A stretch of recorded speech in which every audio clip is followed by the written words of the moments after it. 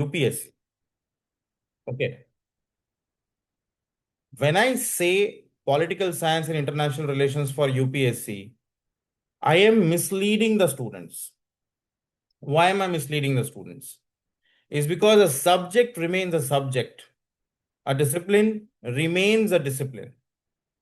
It need not be restricted in the framework of an exam. It need not be restricted in the framework of, one can say, a particular context. Right? What Plato did, what Aristotle thought, and what Marx prescribed does not change just because you're writing a different exam. Okay. Which brings us to the topic, then why PSIR for UPSC? PSIR for UPSC is a misnomer. It is misdirection served through the candidate to perhaps serve the better interests of the commercial class. A subject is a subject, again, I'm repeating, and a discipline has its own sanctity, and that sanctity has to be upheld at all cost. So here at Roundtable IAS, our endeavor is to ensure that you get the subject first. And when I say the subject, it is the spirit of the discipline, it is the locus standi of the theories and the topics. I am not just here to teach you about Plato. I am here to kindle the fire of state power, rights, and will. Right? What was Plato's grand dream? What was Marx's cry? Because they say that Marx is a child of his own times. What was Gandhi's plea? The plea at the altar of which he sacrificed his life. What was Hobbes's fear? The fear of the great Leviathan, the state. Right?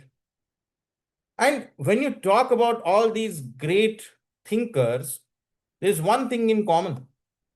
There's one golden common thread that runs through the intellectual evolution of thought, and that is that all of them wanted the world to be a better place. All of them wanted the society to blend. All of them wanted people to be able to have their own individual sovereignty, liberty, and free will, and natural rights, of course. Why segregate one thinker from another? Because every thinker's prerogative, objective, and of course, concern has been the nature, the color, the texture of human life. Why do we forget that? We forget that is because we are in the race to complete the syllabus. We are in the race to sell our courses. We are in the race to actually give mediocre education. At Roundtable IAS, our foremost objective and our commitment is towards serving you the subject in its grandness, in its entirety, in its homogeneity. Gandhi is no different from Marx. Marx wanted to create an equal society, and so did Gandhi. Of course, the means, the methodologies, and the ideologies differ. Right? How is an Ambedkar different from Gandhi? Yes, of course, there are going to be some ideological differences, but at the end of the day, both of them wanted to reach to the masses. Both of them wanted equality, justice, and free will for the masses. Every thinker will come with his own experiences. Every thinker will come with her own biases, intellectual prejudices, and intellectual biases. And that will color their thinking. That will, in fact, add a lot of value to the commissioning of the projects and the commissioning of the ideologies that they undertake. But that still does not take away from the fact that eventually what the thinkers, how the Western political thinkers and Indian political thinkers have interacted with intellectual thought. The interaction with intellectual thought has always been from the perspective of understanding the society first, understanding the trinity of society, individual, and the state, and the interrelationship and the connection between the individual and the state, and how power relations are formed. Right? So, if such intellectual voyages are to be undertaken, then political science as a subject must be studied, and therefore, this is the most relevant, the most pertinent, and the most urgent subject today. Why do I say urgent? Is because there's an urgent need and demand for everyone, or for each one of us to understand this subject. So, before delving into political science, let's talk about the Cockroach Janata Party. When you talk about the Cockroach Janata Party today, um, of course, there are various people with various thoughts, a multiplicity of thoughts and attitudes and ideologies towards this particular movement. Some of them don't even want to credit it as a movement. Some of them don't even want to credit it as a revolt. Some of them think that it is going to fizzle out. Some of them think that Abhijit Dipke is a fraud. Some of them think that this is a This is the Anna Hazare agitation 2.0. Some of them believe that this is the exact change that the nation wanted. Some of them believe that this is a pivotal moment in the political history of India. What people think does not matter.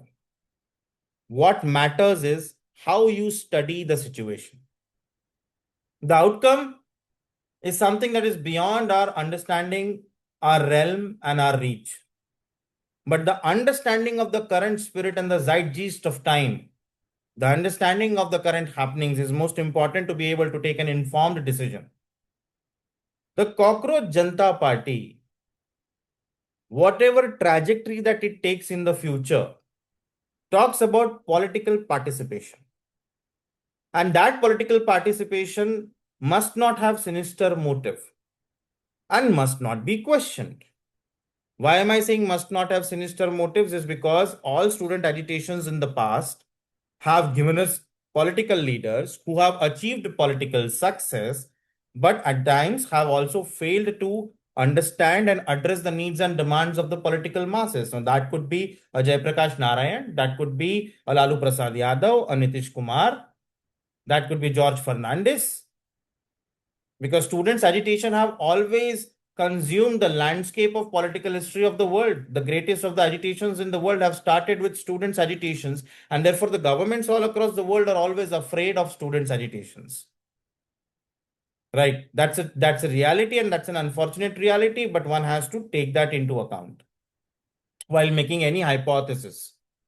So, Cockroach Janta Party's political participation by the youth, in simple terms.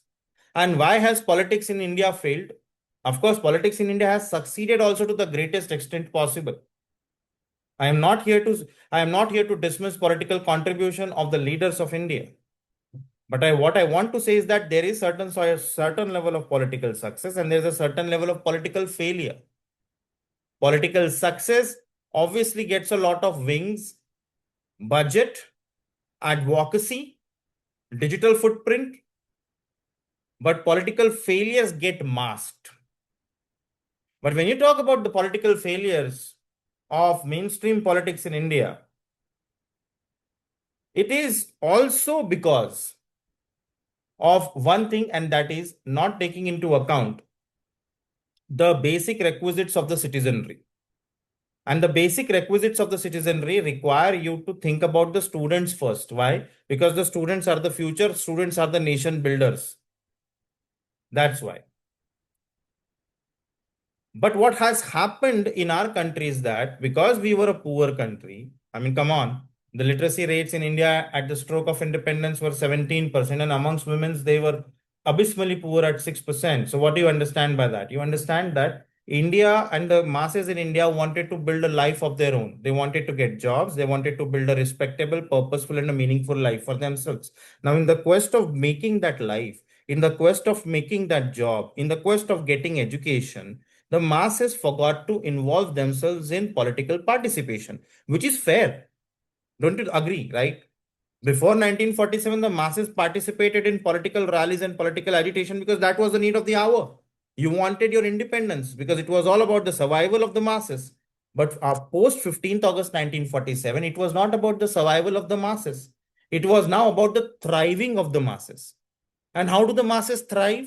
The masses thrive when they get access to education, easy access to education, affordable education, qualitatively superior education. And an outcome of that education is human contribution through getting a job by generation of employment.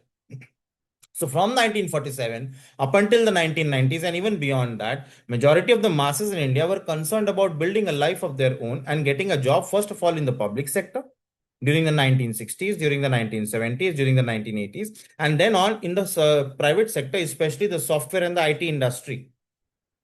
So while we were busy constructing and building our lives, the political space it remained vacant.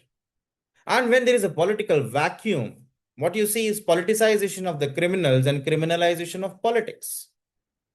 When the educated, morally upright, law abiding, tax paying citizens invest their life in building a life for themselves and their children, invest their lives in corporations, in building a family life, the political space which remains vacant is then unfortunately taken up by antisocial elements, is unfortunately taken up by people who have questionable moral uprootings, and unfortunately is consumed by people who have scant or almost no education, right? And that paves the way for the entry of the criminal class into politics.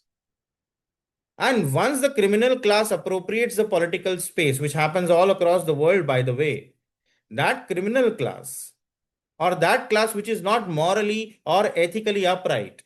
You need not be a criminal to be morally and ethically compromised, right? A lot of people are morally and ethically compromised even though they are not committing anything illegal. So, when such value frameworks of the society and the products of such value frameworks enter the political system, that creates a legitimacy for becoming a criminal, or that creates legitimacy for actually bending the rule and the law in the society, because then that paves the way for your political entry. A lot of people today are saying that the Cockroach Janta Party is just exhibiting the audition for the political entry into Indian political landscape. Well, I don't disagree with that. But that's a good thing. If educated youth and wants to enter politics, then what is wrong in that? Yes, they might become corrupt, they might get corrupted in the future, but then that's the nature of life.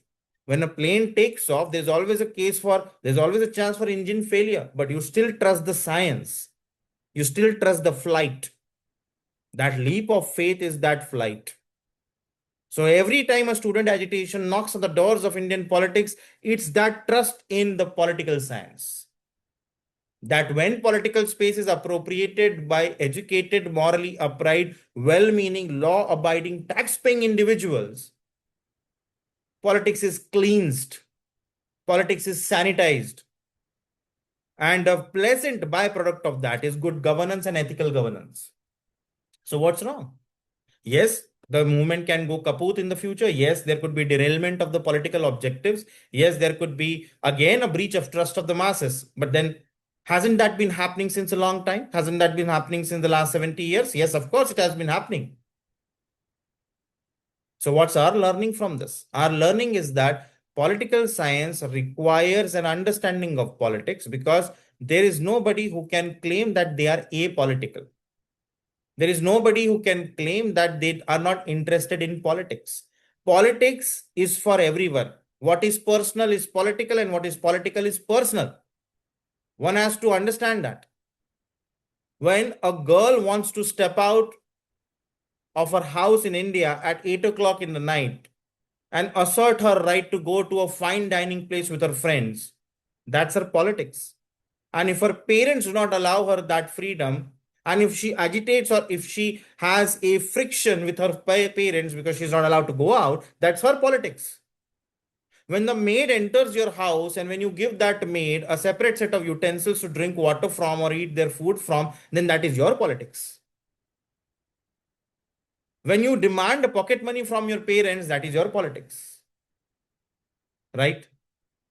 Politics concerns itself with natural rights, right to life, right to liberty, and right to property.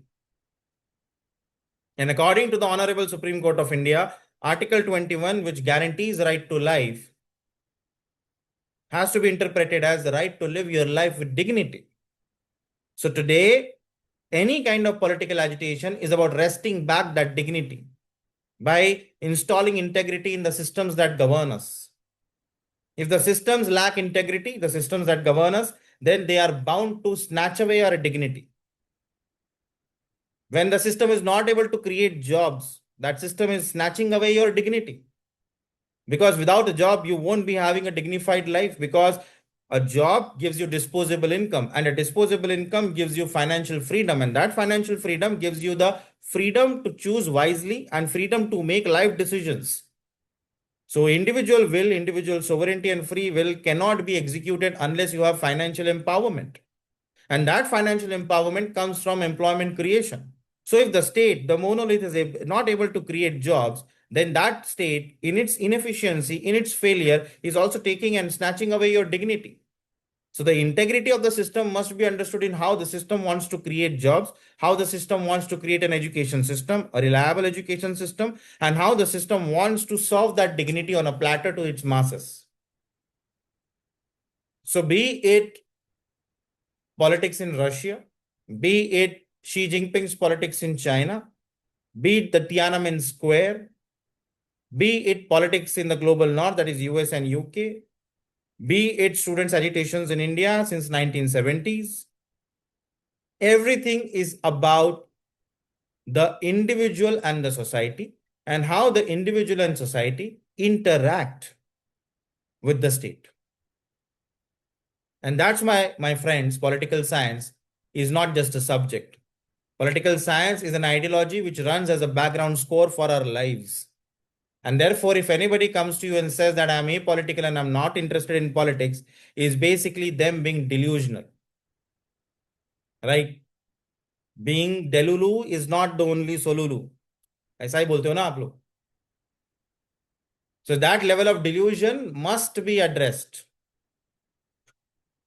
So I, Rohan Dange, welcome you to Roundtable IAS to an understanding of political science. And therefore, this masterclass serves as a poignant reminder to all the people of India and to everybody who's consuming it that politics is for everyone. What is political is personal, and what is personal is political.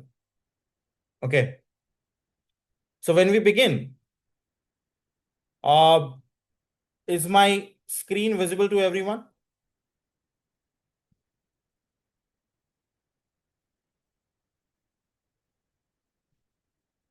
Is my screen visible?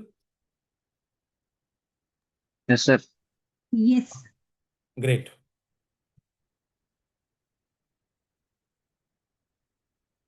So as you can see that there is a concept note which is visible to you. I'd like to also point out the fact that not just the concept note, but the entire masterclass will be made available to you in a material format. You just have to go to our website and download the material. So every day when we have a masterclass, all these concept notes and study materials are going to be freely available for you. You know, I want to start the masterclass with state and property through the ages. And I want to deep dive into the historical journey of political thought all across the globe. Right? When you talk about political science and international relations, it is often approached as a collection of theories. Okay. So when you talk about institutions, constitution, and current affairs, there has to be an interlinkage of everything. In this particular session, I am going to try and address the challenge by giving you a historical exploration of one of the most enduring questions in political thought. And that is, as is visible on your screens, how have societies organized power and ownership across different eras? Okay. Why this question is most important for the students of political science will be adequately clear to you at the end of this session. How have societies organized power and ownership across different eras? Why? Is because this particular relationship between power and ownership has determined a lot of struggles, has been the cause of agitation, has been the cause of human conflict, has been the cause of individual versus state relationship. The state and property and how these two institutions interact with each other defines the manner in which societies distribute authority, regulate ownership, manage resources, and even define justice. By the way, how? Today we are going to have, as I said, a deep dive, and I'll walk you through the evolutionary aspect of the relationship between organized power and ownership across different eras. Let me tell you that anybody who teaches political science in this country today, and I'm saying this with all utmost honesty, integrity, and sincerity, that what bugs me the most is the fact that the tutors of political science will just talk about a concept like power, legitimacy, authority, democracy, maybe a thinker, but would not want to place that thinker in today's times. would not want to place that concept in times of yesteryears. How is Plato relevant today? How is the Indus Valley civilization a, a beacon of example if you want to solve the problem of climate justice in today's times? This cross linkage and this interdisciplinary approach is lacking and is abysmally, chronically lacking amongst the teachers as well as the students. And therefore, and this is such an interesting garden. This is such an interesting intellectual garden to just move around. The flowers and the petals of wisdom which are there strewn across the garden are for our consumption, are for our benefit. They enrich our understanding of the world around us. So why not just go through the entire landscape of political thought and try to execute, apply, understand, and superimpose that political thought across all eras, not just today's era. So in this masterclass, we will trace the evolution of state and property across major historical epochs. Like, for example, ancient political communities and the pursuit of the common good.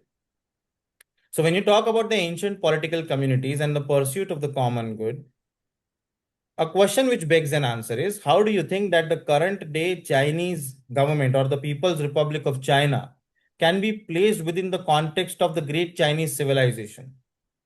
Or how do you think that the current day Chinese, the People's Republic of China, can be placed within the context of the ancient Silk Route and the trade with other civilizations like Mesopotamia? You talk about the ancient Silk Route, but you must also know that the Arctic Silk Route is also now being projected, is also now being advocated for with the, one can say, the melting of the Arctic, right? Then that Arctic passage is now going to be the next hot button area of geopolitical activity. So when you talk about the changing landscape of global politics today, it is important that you understand how global politics of the past, especially ancient political communities, shaped the world that was back then. We will also talk about the medieval and feudal systems of authority and land ownership, the emergence of sovereign states and individual rights. After Renaissance in Europe in the 15th and 16th century, there was an emergence of the concept called as state. In fact, the emergence of the concept called as state had begun to breach our intellectual bandwidths, our collective intellectual bandwidths in the 12th century itself, when Magna Carta was written. When you talk about Magna Carta, it was the first attempt at codification of laws. It was the first attempt at writing the constitution. And a constitution is a classic and a perennial feature of a state, right? The concept of nation, the intangible concept of a nation, is given its tangibility by three things. What are those three things? A fixed boundary, a fixed population, and a constitution, a written set of laws. So when in the 12th century, the codification of laws had started taking place, the idea of state had started taking its root. At least the idea was incubated. And after Renaissance in the 15th and the 16th century, when you see the rise of a lot of nation states, including the ancient Greek and Roman city states, you will see that boundary became an important feature of the city states.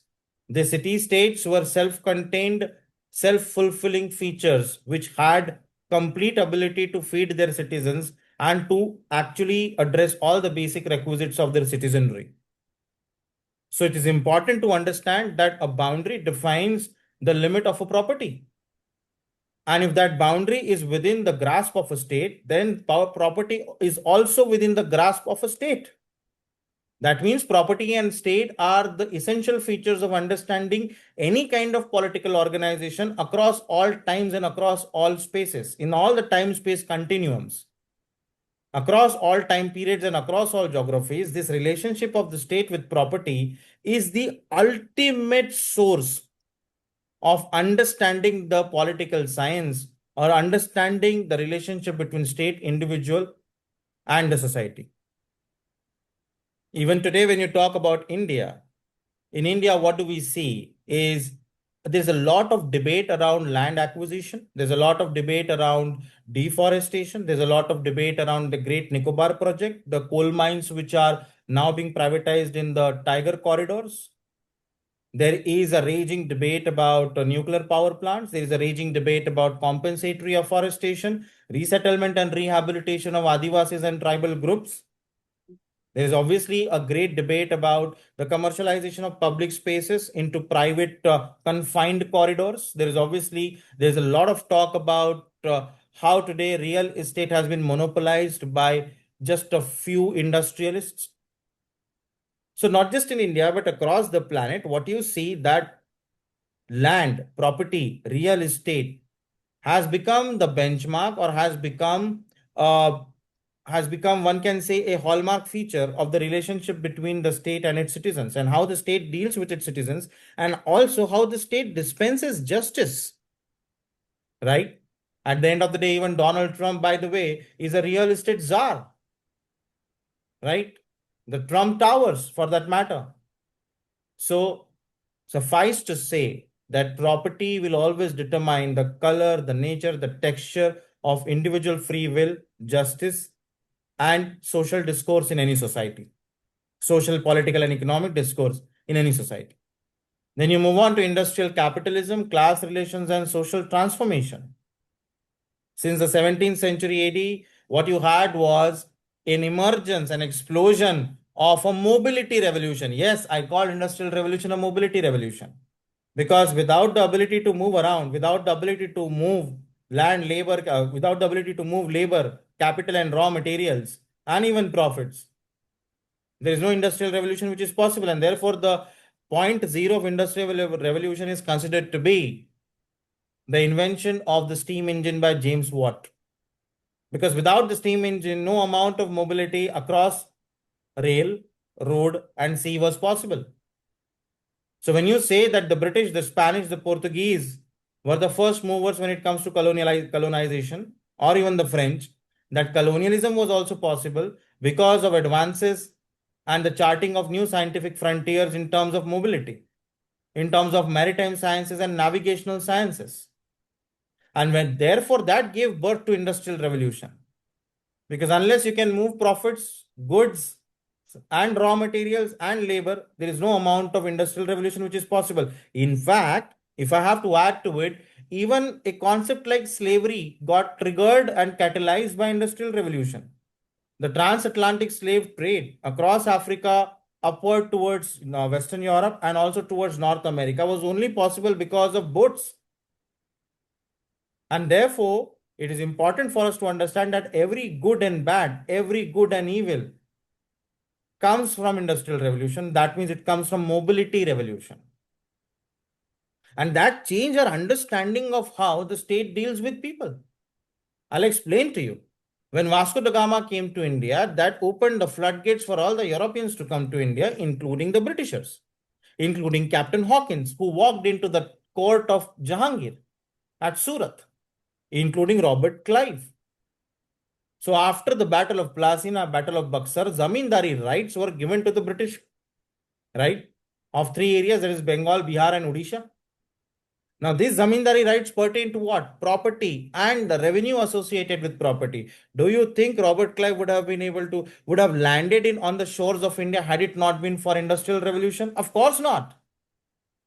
So let me tell you one thing, that industrial revolution or colonialism is preceded by a scientific revolution. And that changed the way we view society. That changed the way we view the boundaries of an empire. Because the British Empire was not just restricted to England, Wales, Ireland. It had now spawned all across the globe, across Africa, across Asia, right? And then you move to social critics and alternative visions of society. See, too much of capitalism, too much of Smithsonian economics. Because who is the father of capitalism? Adam Smith. And Adam Smith has written eloquently about capitalism in his book, The Wealth of Nations. Of course, that book itself and Smithsonian economics itself is going to be discussed threadbare in our political science classes. Do not worry about it. But today, at the outset, let me tell you, when capitalism had become the creed all across the world at the start of the 19th and the beginning of the 20th century, when capitalism was seen as the most preferred form of economic organization all across the world, it was it had become amply clear and adequately clear to the people that it was creating two kinds of classes, the haves and the have-nots. The rich were getting richer and the poor were getting poorer. But Adam Smith in his book had written that capitalism will have a trickle down impact. What is that trickle down impact? That when the rich become richer through their taxation and through revenue mobilization, that money will also filter down to the masses and can be used for the betterment and the upliftment of the masses, economic empowerment of the masses. And eventually, through that trickle down theory, it would create a more financially empowered society and would reduce the gulf between the haves and the have nots. That is theory. Did it really happen? No, of course not. That didn't happen, right? And because that did not happen, of course, emerged a socialist critique and an alternative vision of society, especially Marxism. Because Karl Marx talked about creating an equal society and flattening the social pyramid, creating a classless and a stateless society. Now, why do you think Karl Marx talked about creating a classless and a stateless society? In political science, it is generally assumed and correctly assumed that every thinker is a child of his times. So when you talk about every thinker being a child of his times, Karl Marx grew as a poor person in Europe and therefore experienced firsthand the devilry and the sinisterity or the sinisterness of capitalism. He belonged to the deprived classes. He understood what is relative deprivation, and therefore his critique and his scathing critique against capitalism got converted into or got understood as Marxism, got published as communism, and then was executed as Stalinism, right? So that socialist critique comes from too much of capitalism, because too much of anything, as Buddha said, is poison. And by the way, we are also going to learn about Buddha and his political message to entire humanity when we talk about the Indian political thought. Coming back to Karl Marx, yes, there were socialist critics all across Europe, especially after the Great Depression, especially after First World War. Because World Wars and Great Depression told the world, especially Europe, that capitalism is not the panacea for all evil. Capitalism is not a magic wand which is going to create a cure, which is going to be a cure for all the malice in the society, for all the economic disempowerment in the society, for all the economic deprivation in the society. So Adam Smith was wrong, and then Karl Marx emerged as a messiah. Karl Marx emerged as somebody who gave an alternative vision of a complete society. But when he talks about classless society, he also mentions the need for having a stateless society. Why does he talk about the need for having a stateless society? He talks about the need for having a stateless society because he clearly understood that class, classlessness, redistribution of income, and an egalitarian ideal society is not possible if the state is overarching, if the state is dominant. Because Karl Marx felt that state is nothing but an agent of evil. State is nothing but the hand of the capitalist class. That business and politics go hand in hand together. And I don't really have to explain that to you. That is true today as well, right?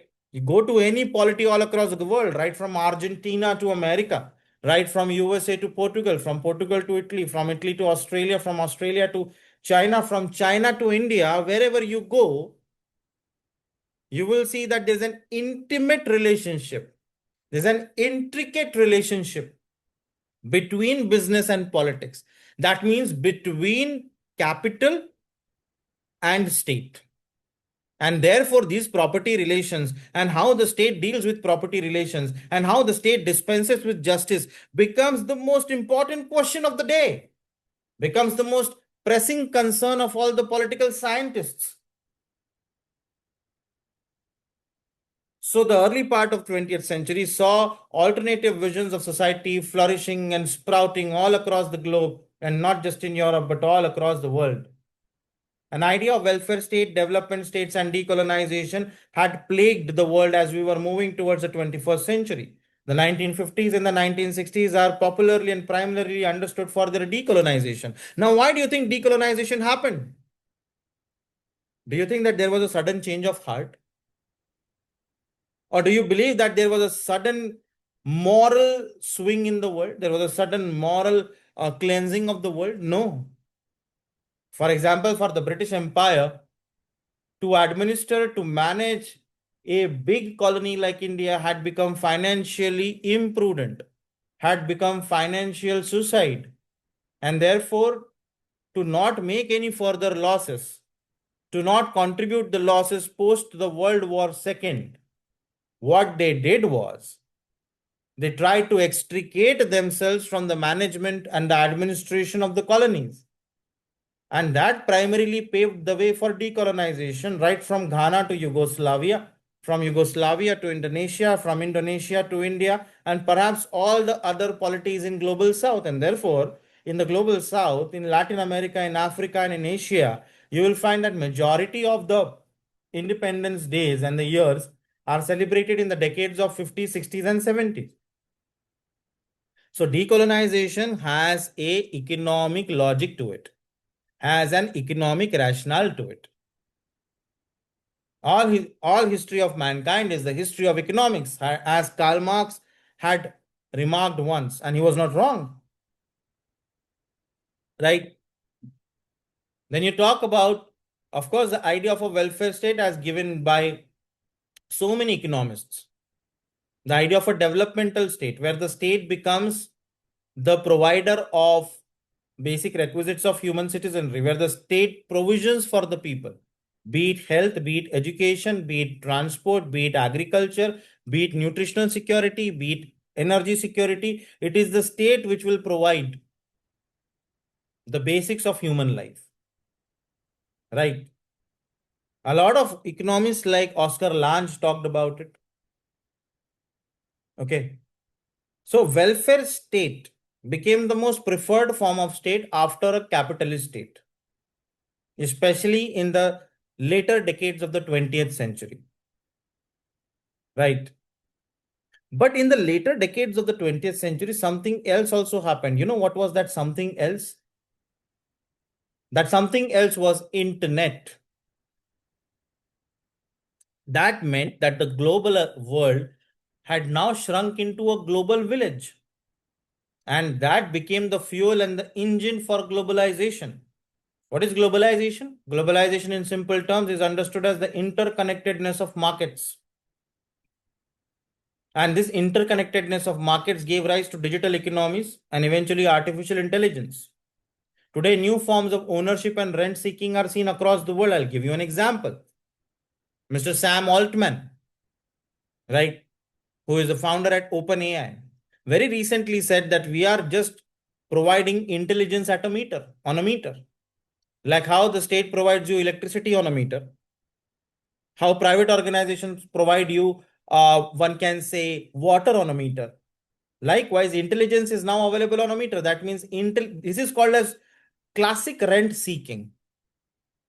That even your intellectual pursuits are actually outsourced to a third party now. Even writing a poem has been outsourced to a third party. Even painting has been outsourced to a third party. So all finer aspects of intellectual capacities and intellectual faculties of human beings have now been outsourced to a third party and is now being given to us on a meter. Right? So what do you learn from this? That a new form of rent seeking and a new form of, one can say, property relations have arrived on the political landscape of the 21st century. And this is a tectonic shift. We don't even know where we are heading. These are epochal times. These are ominous times. So unless you understand all this, unless you understand the evolution of political thought, my dear bacha log, how are you going to understand a Plato? How are you going to understand an Aristotle?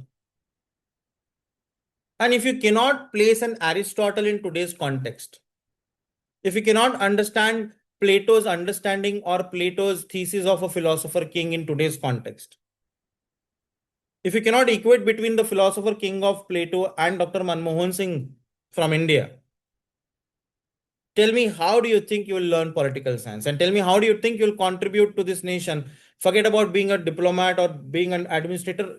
Just as a citizen, how do you think you'll be able to make sense of the things which are transpiring across you and around you? The whole idea of Cockroach Janata Party has to be understood. Forget about its success or failure. But it is important to understand the need and the necessity of that.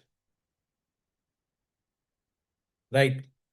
And therefore, in today's lecture, I want to take you through and I want to hold your hand and take you through a historical evolution of state and property.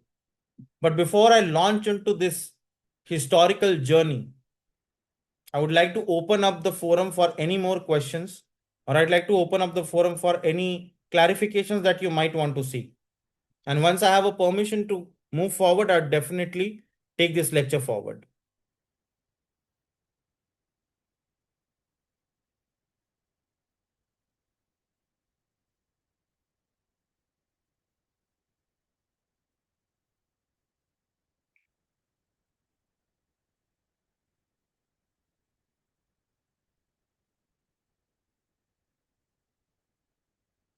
Does your silence mean your implicit permission to move forward?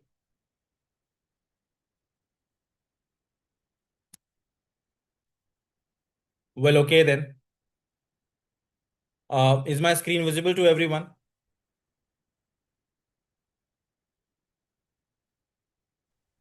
Okay. Yes, sir. And just want to ask you one thing. My screen is visible. Is my picture also visible to you? Am I visible to you? Yes, sir. Yes, sir. Okay. So in a widget, I am also visible to you. Okay. Uh, now that we are launching into this enriching and interesting discussion on the evolution of state and property across major historical epochs, I would suggest all of you to start taking your notes. Now, when you take notes, it is not dictation. Just make a few pointers so that after the lecture you can revise. Even if you're not taking notes, that's absolutely fine because a completely elaborate and detailed PDF is going to be uploaded on the website. You can go to the website and an entire lectures, one can say study material is available there. So if you can take notes, please do. If you cannot, then naturally you can go to the website. In fact, all of you must go to the website, visit our website, see the kind of study material which is available on the website for PSIR. It is going to help you. Download everything after every masterclass, download all the study material. So there is a systematic way to go about it. Right. Now, when you speak of the core question, who owns society's resources and who has the authority to protect, regulate, or redistribute them? Right. You have to understand what has been the core question of humanity or what has been the core question running as a common theme across the history of political thought. It is humanity's attempt to understand how property and political authority have evolved together. On one hand, you have property, and on one hand, you have political authority. Have they evolved together or not? And if they have, then in what sense? Okay.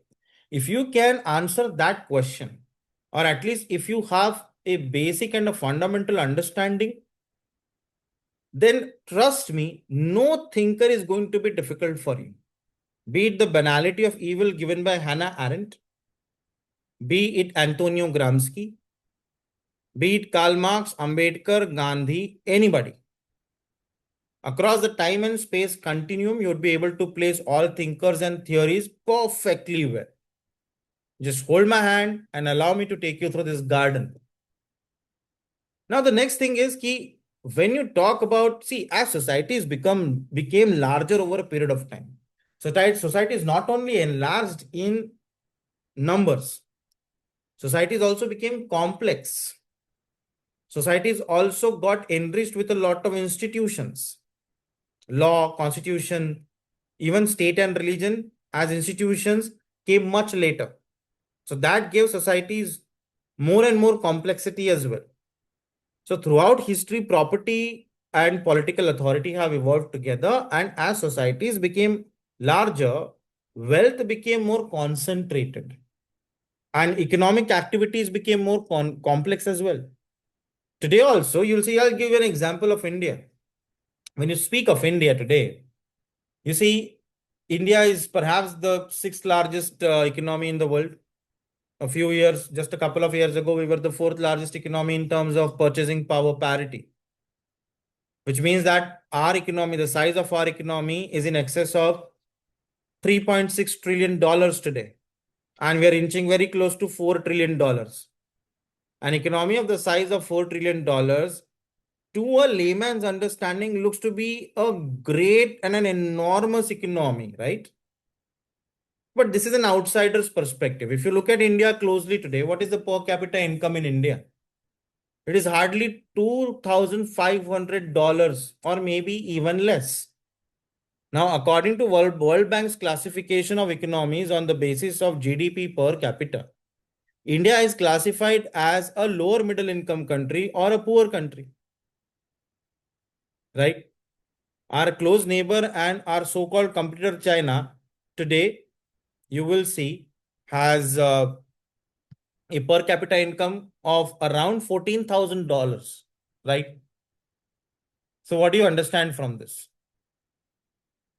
You understand a simple thing, that per capita GDP is very different from GDP. And therefore, that means that capitalism may create economies, but those economies may not put money in the pockets of people. They may create unequal societies. Europe has created unequal societies. The global north, that is America, has created unequal societies. Just look at America today. You're talking about India being a $3.5 trillion economy. $1 trillion is equal to $1,000 billion. Very soon there is going to be a first trillionaire across the world, and that is Mr. Elon Musk. As we talk today, his wealth stands at a staggering, a mind-numbing, and a vulgar and an obscene $800 billion. So what's the point? What's the point of America being a $21 trillion economy if just one individual is going to appropriate and concentrate $1 trillion in his hands? That does not create business class people. Capitalism is now creating oligarchs. Capitalism is now creating tyrannical Mughals, media Mughals, and business czars who are the real owners of property. And when I say today property is not just in terms of your land. Property is also in terms of internet bandwidth. Property can also be understood in terms of groundwater. Property can also be understood in terms of fresh water. Property can also be understood in terms of fiber optic network. And all of this is appropriated and concentrated in the hands of few people, right? Few corporations. So corporations which capitalism created today has created a cancer called as billionaires and millionaires and now trillionaires. So Adam Smith owes a collective apology to the rest of the world for selling capitalism as the panacea for all evil, because in that he created an evil himself, right? So it is important to understand this interlinkage, right? Department of Efficiency was created by Donald Trump and it was headed by Elon Musk. So who's taking executive political decisions? It is Elon Musk. Across all polities across the world, the decisions are actually taken by whom? The decisions are actually taken by the industrialists. I'll give you an example of it. When you talk about India, you talk about great industrialists right from the times. I'm not talking about today's industrialists. I'm talking about traditional industrialists in India. The Tatas, the Birlas, the Mahindras, the Godrejes, the Kirloskars, the Vadias. So we celebrate the Tatas a lot in India. In India, we have created heroes out of Tatas. Well, for me, unfortunately, Tata is not a hero. And I do not celebrate Ratan Tata as a leader par excellence. Of course, he's an efficient leader. He was an efficient leader. But I do not idolize these Birlas and Tatas and Mahindras. Why? Is because that they are a product of this capitalist system which favors monopolization, which favors oligarchy. Suffice to say, I mean, look at the Tatas today. Tatas are selling salt, Tata salt. Tatas are selling chemicals. Tatas are selling steel. Tatas are selling cars. Tatas are selling housing. I mean, how is it possible that Mahindras are selling electric vehicles also, real estate also? Godrej started as a company which used to manufacture almiras and locks. Godrej is also selling everything today,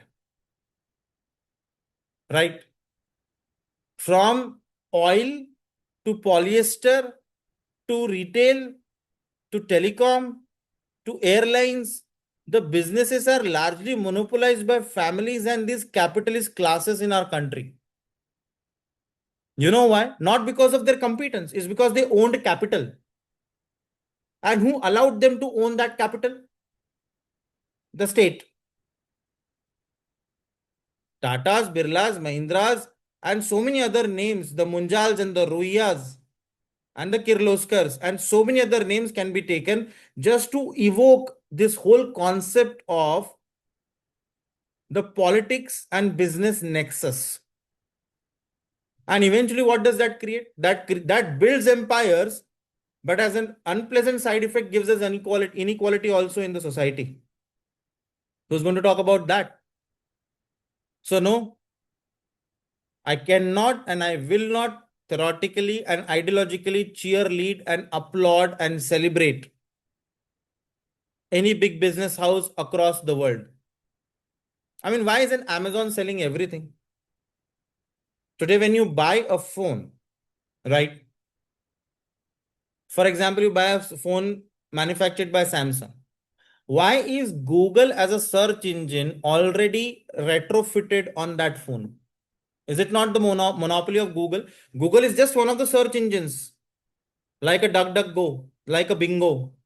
And there are so many other search engines. But because Google wants to have the monopoly when it comes to your data and how your data is served, Google is retrofitted on all the phones, be it an iPhone, be it a Samsung, be it an Oppo, be it a be it a nothing phone, be it any other phone. WhatsApp comes ready-made. WhatsApp is just a messaging service, right? But WhatsApp as a messaging service has been monopolized by Facebook, by Meta, right? What is your understanding and learning from this? Is that Smithsonian economics, that is free market liberalism, has created a group of oligarchs who have benefited from the largesse and benevolence and the support and unhindered support of the political class, which has drafted policies in their favor and which has ensured the expansion of their corporate empires. So, from colonial domination to corporate domination, from colonialism to neo-colonialism, we have only seen one thing, that the rich have grown richer and the poor have gotten poorer. Now, this is my diagnosis of the society today. And my diagnosis of the society is a common and a running theme across all political scientists. I'm not saying anything new, right? So understand how this interlinkage matters. And this interlinkage must be absolutely important for all of us to understand, not just in today's context. So if you rewind back the clock and if you go back to the pre-state societies, when the concept of state was absent, the pre-state societies, right? Was there any private property? No. Was there any state? No, of course not, right? When you talk about a pre-state world, in that pre-state world, property was basic. If you have to describe property, property was about communal ownership, common ownership. There was no such thing called as private property. And I'm talking about Paleolithic and Neolithic age.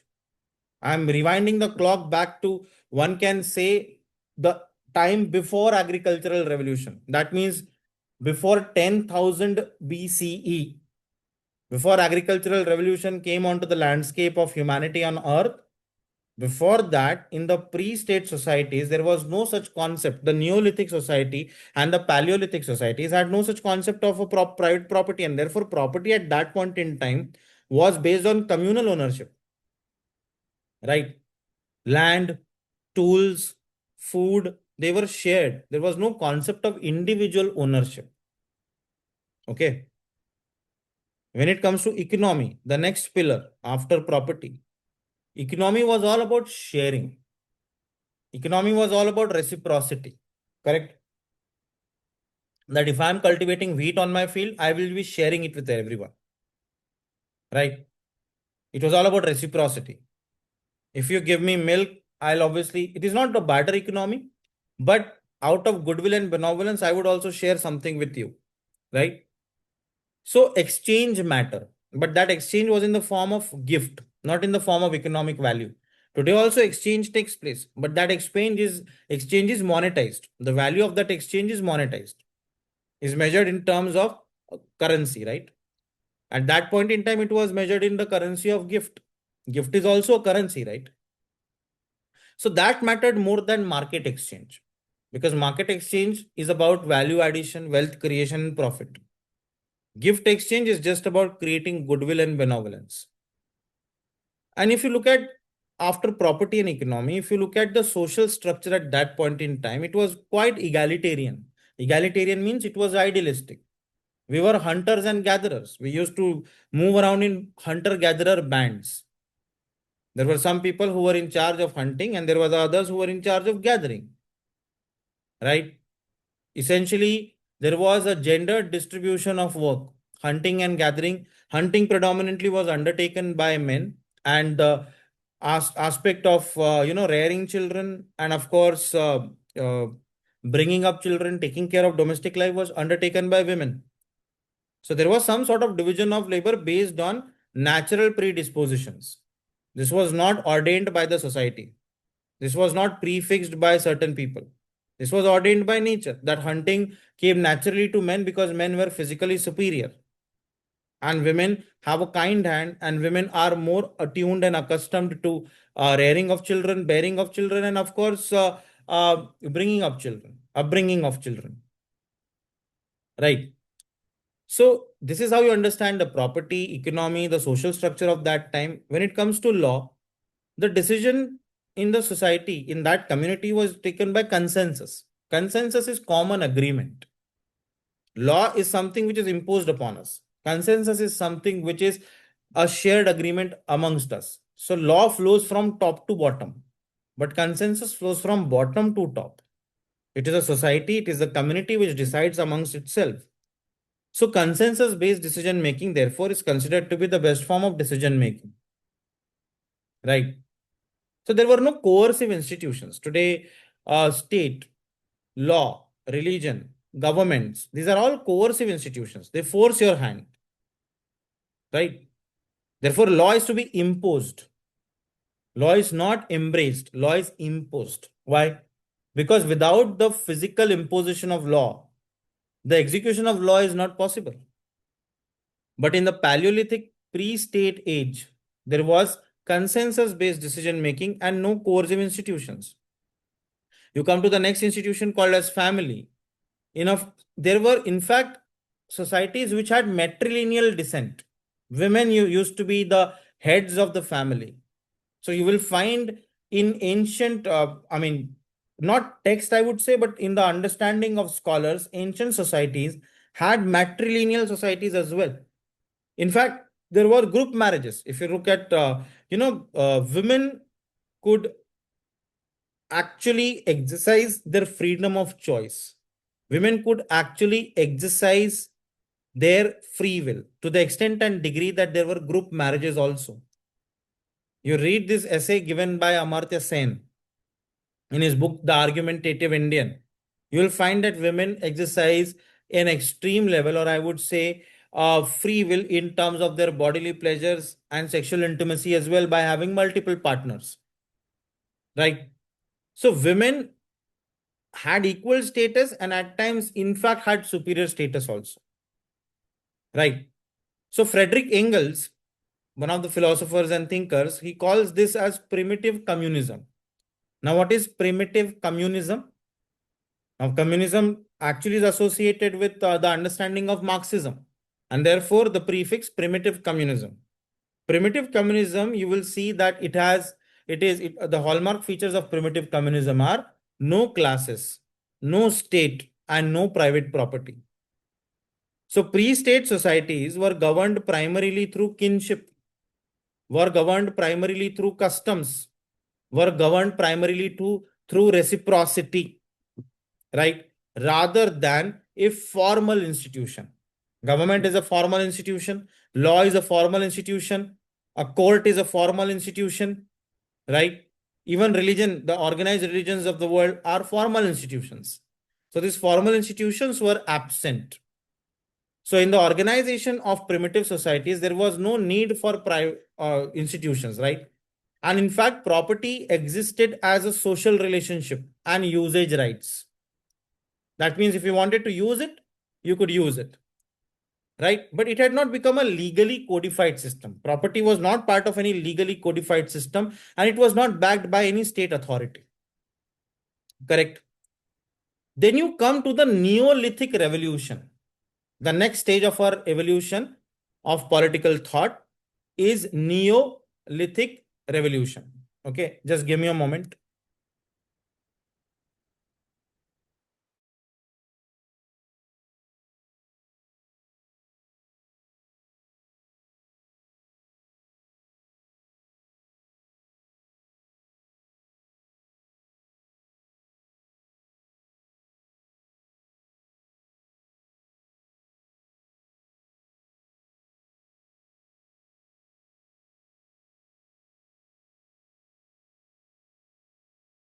Sorry for that interruption. Okay. So the next stage of historical revolution, when you talk about it, is Neolithic revolution. So when you speak of Neolithic revolution, you talk about property, because in this revolution, property emerged. Okay. So when you talk about the emergence of property, you have to understand agriculture. Because 10,000 years ago, agricultural revolution took place. And that agricultural revolution is nothing but the understanding of water economy.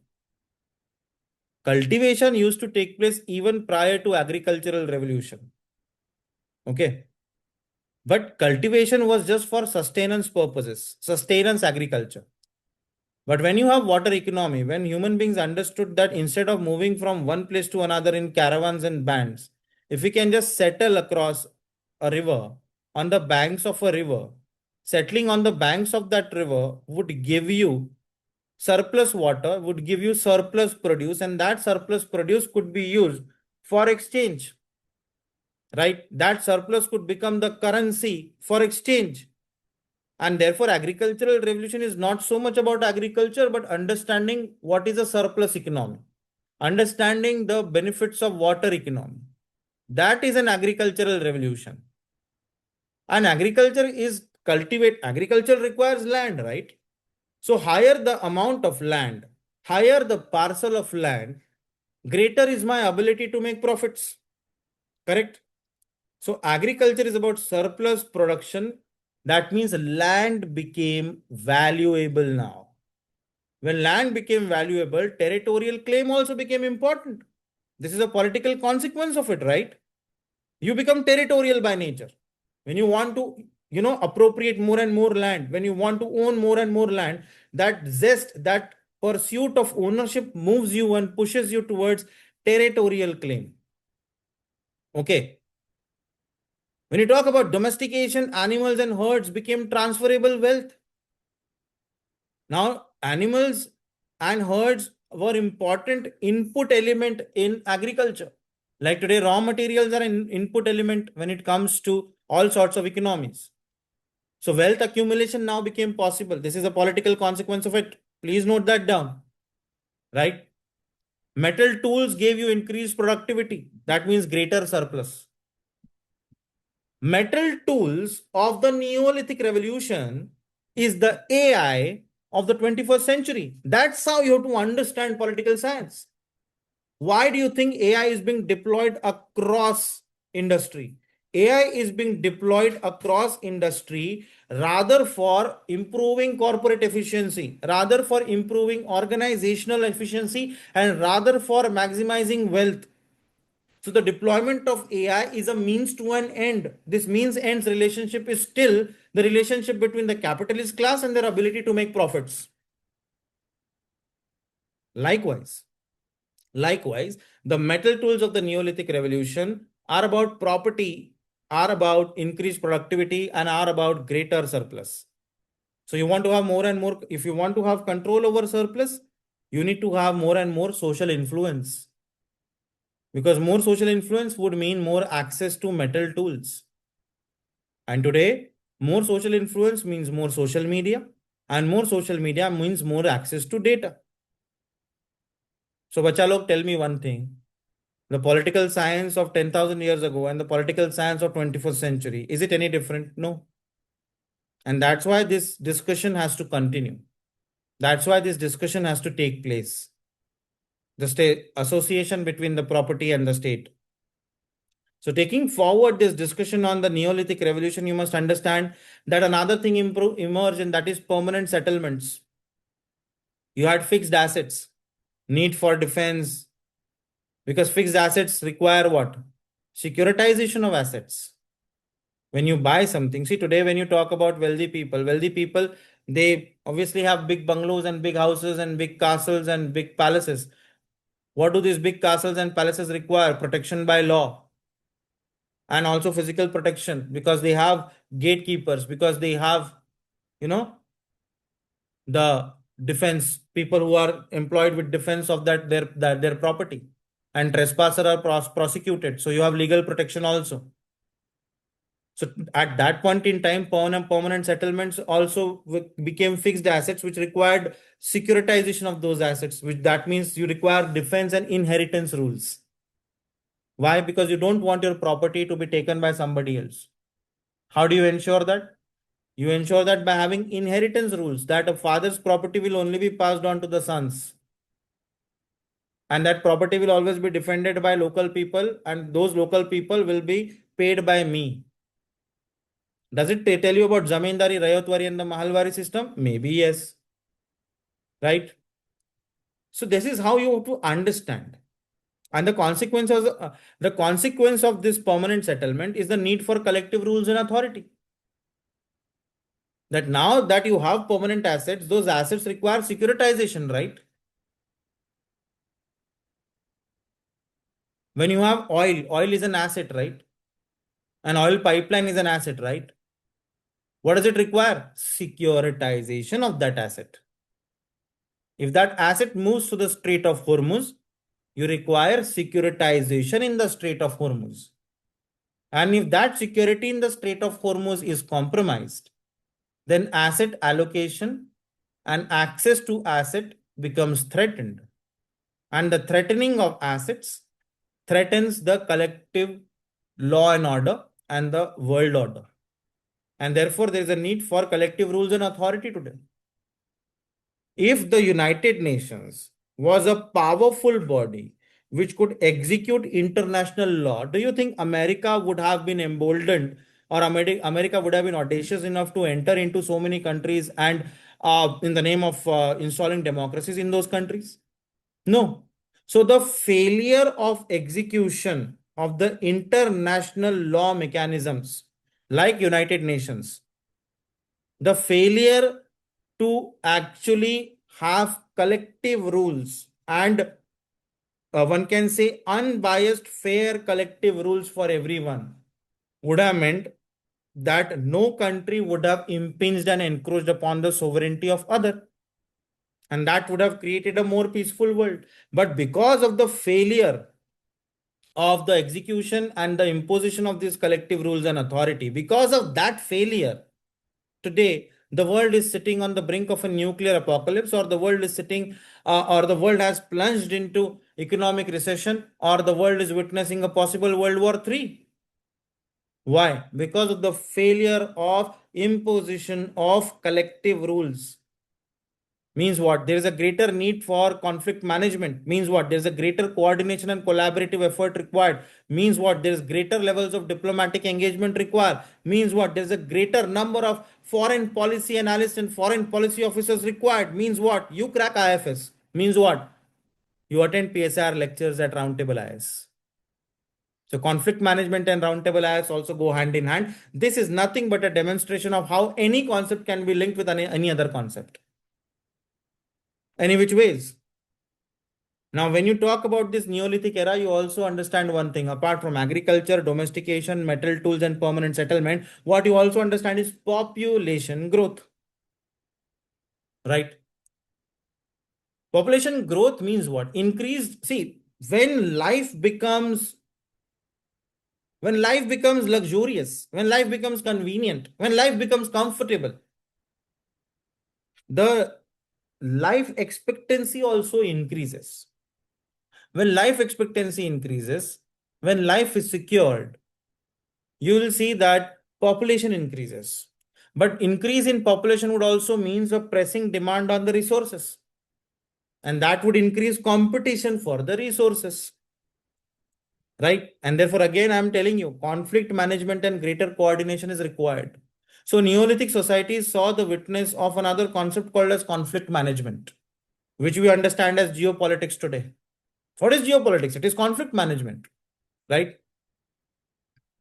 If you talk about, if you take your understanding further more deep, you talk about inheritance.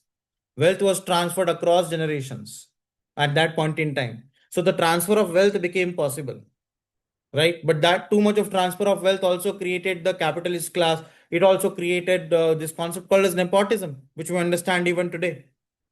So family lineages gained importance in the Neolithic era. So today, if you talk about certain families, controlling the industry today in Japan, in China, in India, the root of that, the source code of that, the point zero of that would be the family lineages and the inheritance rules, which appeared during the Neolithic Revolution when property had emerged. And another concept or another pillar that you can associate with Neolithic Revolution would be specialization. Some groups controlled production and exchange, the production and exchange of wheat, the production and exchange of milk, the production and exchange of so many other things, right? So early social stratification emerged. Social segregation, early social stratification that emerged, right? So what you understand is that social segregation and stratification also emerges as property emerges. So property relations typically give rise to social stratification, right? See, if I have to give you more insights, in hunting gathering societies, wealth was difficult to store, right? Land was not rigidly owned and inequality remained limited. But after the Neolithic Revolution, land became valuable. Wealth could be transferred, wealth could be accumulated, and families sought inheritance rights, right? And resource disputes became more and more frequent. And that is how private property emerged. When surplus production emerged, it led to the storing of wealth, that led to individual and family control, and that led to inheritance and private property. Private property arose when men controlled productive resources. What are these productive resources? These productive resources are herds, tools, land, right? And what does that lead to? That leads to another concept called as patriarchy, right? Why? I'll tell you why. Because if you want to increase your profits, if you want to increase your wealth, you want to decrease your input cost. One way to decrease the input cost is to decrease the cost of labor. And what if I tell you that you can get free labor? And who is going to provide you free labor? Women. So domestic labor, which is provided by women, if it is completely unpaid, if it is completely free, does that give you more and more profit? Does that give you the ability to make more profits? Yes. And that's why in the Neolithic societies, suddenly men started gaining more prominence and women started getting relegated to the background. And women were treated now as second-rate citizens. Why were women treated as second-rate citizens? Is because this patriarchy was enabling profit accumulation. Right? Women's domestic labor became an unpaid service. So there are two things that you understand with the emergence of property in the Neolithic era. With the emergence of property in the Neolithic era, what you see is that uh, patriarchy and class divide, both of them emerge. When patriarchy and class divide, both of them emerge, right? You get class divisions. There are property owners and there are non-owners, right? As Karl Marx talked about the haves and the have-nots. If I wish to take the Marxist view and use that Marxist lens to understand the Neolithic society, I will understand that surplus created private property. Correct? If Karl Marx is viewing Neolithic society, what will he comment? He will comment that surplus created private property.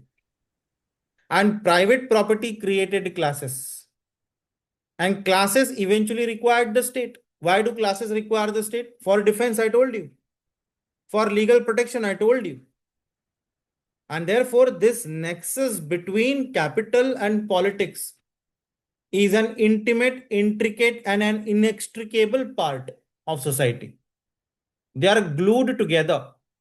The businessmen and the politicians are always glued together because they are each other's benefactors and beneficiaries both. Even the Neolithic, a close investigation of the Neolithic society also tells us the same thing. Right. Now, what if I change the lens? What if I take the liberal view? Till now, I was taking a Marxist view of the Neolithic society. What if I take the liberal view? Liberal view meaning the view of Adam Smith, the view of a capitalist class. Right?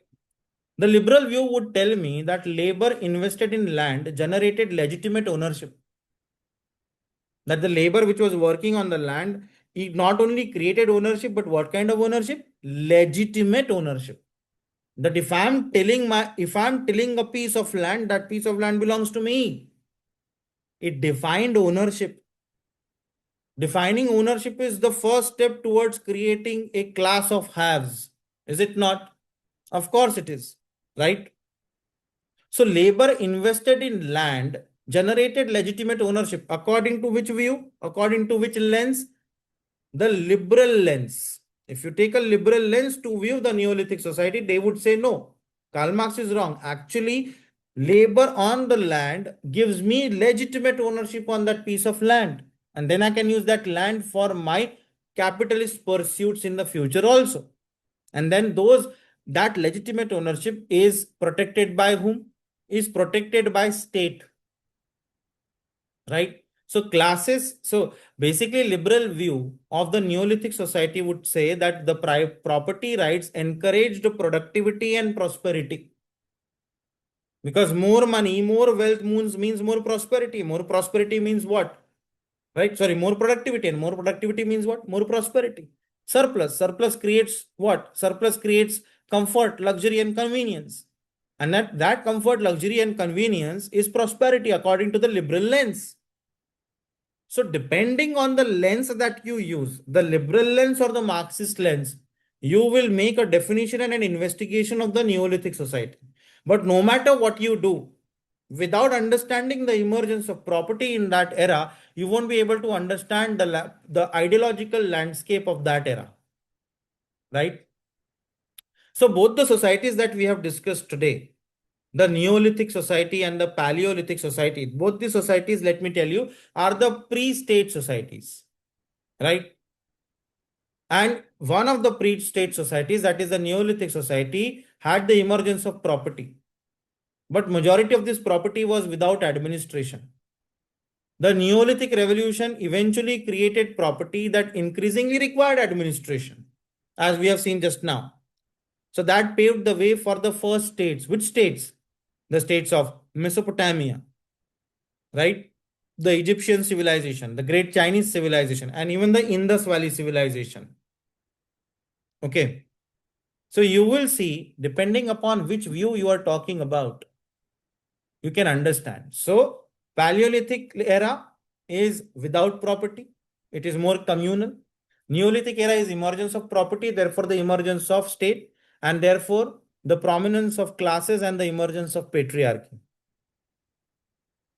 That is how, my dear friends, political science has to be understood.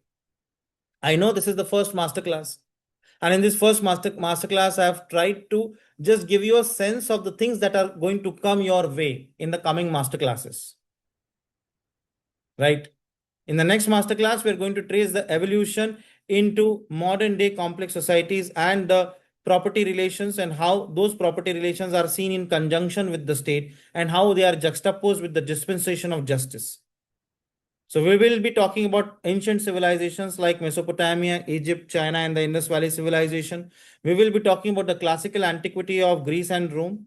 We will be then talking about feudalism, property as hierarchy, the rise of capitalism, right? And of course, the current day society. This requires patience. This requires, of course, a great deal of commitment. You have shown a great deal of commitment today. I hope to see you in the next masterclass on PSIR. But before I close the session for today, I would love to take any questions from your side, if any. So now the forum is open for any questions before we conclude our session for the day. And by the way, this particular concept note is available to you on the website to download. Any questions? Good morning, sir. Yeah, hi, good morning. Good morning, sir. My name is Nehal. Yes, Nehal, tell me. So, sir, like you mentioned that private ownership leads to patriarchy in the society. Yeah. But, sir, patriarchy exists like since Vedic age. Nihal, you have to understand the fact that when we speak of patriarchy, we are talking about the entire planet. And when you're restricting your understanding to the Vedic age, you're talking about uh, the Indian society or the so-called Indic society. Patriarchy as a concept can be traced back to the hunter-gatherer communities. When agricultural revolution took place, when wealth was generated, when assets were created, securitization of assets was required. And security today comes from a lot of things like when you talk about cyber security, you need to have a good code. You need to have a cyber security firewall. When you talk of security today, it comes from constitution. It comes from the state. It comes from law. It comes from defense forces. It comes from army, navy, and the air force. But back in the day, all security came from brute power. All security came from physical power. And who's physically more powerful, man or woman? It is man who's physically more powerful and more capable of, protecting your piece of land. Plus, man's hands and legs are free. Why? Because a woman's mental and physical faculties are consumed by the security of children. A woman is always in charge of the house and in charge of the children. And because of that, her mental and physical bandwidth is not available for security. So eventually, be it security from predators, be it security from other competitors, be it security from other families, men provided physical security. If you understand and learn about kingship, in primitive times, the kings were also decided upon the basis of how physically strong and physically superior and physically well endowed you were. I'm not talking about later kings who were dependent upon family lineages and charisma.